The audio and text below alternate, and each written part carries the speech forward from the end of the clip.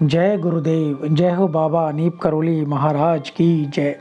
साथियों नमस्कार, स्वागत है आप सभी का आपके अपने YouTube चैनल पर। आशा करते हैं आप सभी लोग अपने अपने परिवारजनों के साथ में स्वस्थ होंगे। आज का प्रसंग बहुत ही रोचक प्रसंग है। महाराज जी के एक भक्त थे जो कि पुलिस इंस्पेक्टर थे, उनसे संबंधित प्रसंग है। रामपुर में थे वे और वहाँ पर जब वे पुलिस इंस्पेक्टर थे तो होता क्या है दोस्तों, उनकी लड़की जो होती है उसको टाइफाइड हो जाता है। टाइफाइड होने के कारण डॉक्टरों ने सलाह दी थी कि उसे करीब 40 दिन तक कुछ भी नहीं खाना है।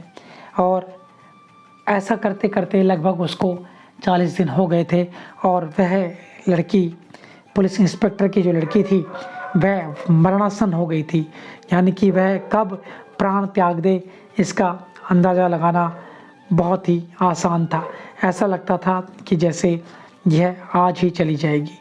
पुलिस इंस्पेक्टर ने इस घटना के बारे में महाराज जी को एक पत्र लिखकर प्रार्थना की कि वे पधार कर लड़की को दर्शन दें और देखें।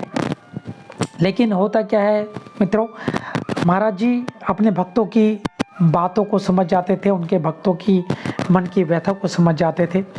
और इससे पहले कि पत्र महाराज जी तक पहुँचे, महाराज जी उस भक्त के बात सुन लेते हैं और सुनने के बाद उन्होंने विचार किया कि हम रामपुर अपने भक्त के यहाँ पर जाएंगे।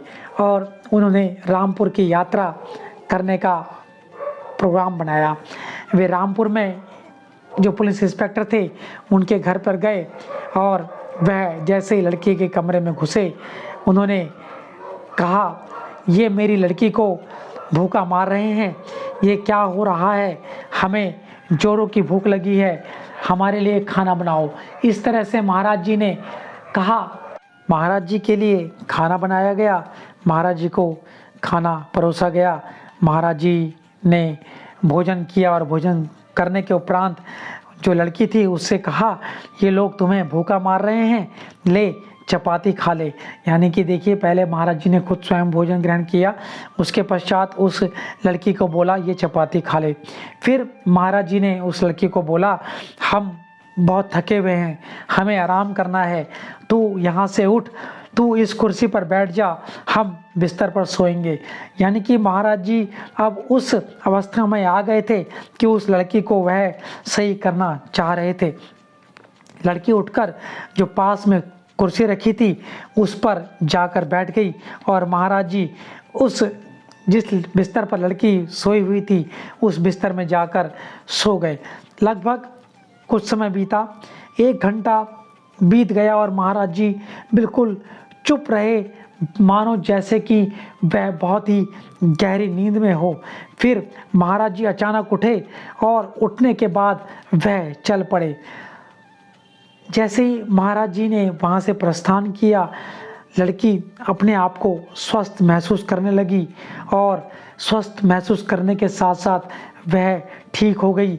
इस बात को देखकर वह पुलिस इंस्पेक्टर तो अचंभित था ही था, साथ साथ जो डॉक्टर उस लड़की का इलाज कर रहे थे वह भी हैरान थे। तो इस तरह से महाराज जी अपनी जो उनके अंदर लीलाएं थी उन लीलाओं से अपने भक्तों को सही कर दिया करते थे। यह सिद्धि प्राप्त महाराज जी, बाबा नीप करोली महाराज जी ही कर सकते हैं। बाकी तो बहुत विचारणीय बात है कि किस तरह महाराज जी के सानिध्य में आने के बाद आप के जो संकट हैं वह आने से पहले ही दूर हो जाते हैं। आशा करते हैं आपको आज का ये प्रसंग अत्यंत ही पसंद आया होगा। लाइक, कमेंट, शेयर करते रहें, आगे प्रेषित करते रहें।